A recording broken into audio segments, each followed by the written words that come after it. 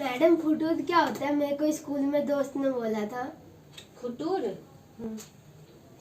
फुटूर क्या होता है? फुटूर वो क्या बोला? दोस्त ने फुटूर ही बोला? मैडम जल्दी बताओ ना क्या होता है फुटूर। Oh no! तो गूगल पे भी फुटूर नहीं दिया है।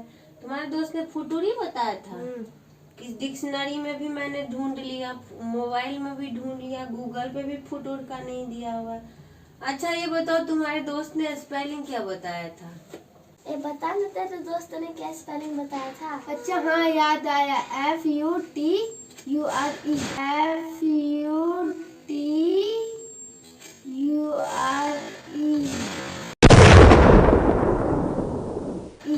अरे गंजा वंजा फूक के आया क्या है?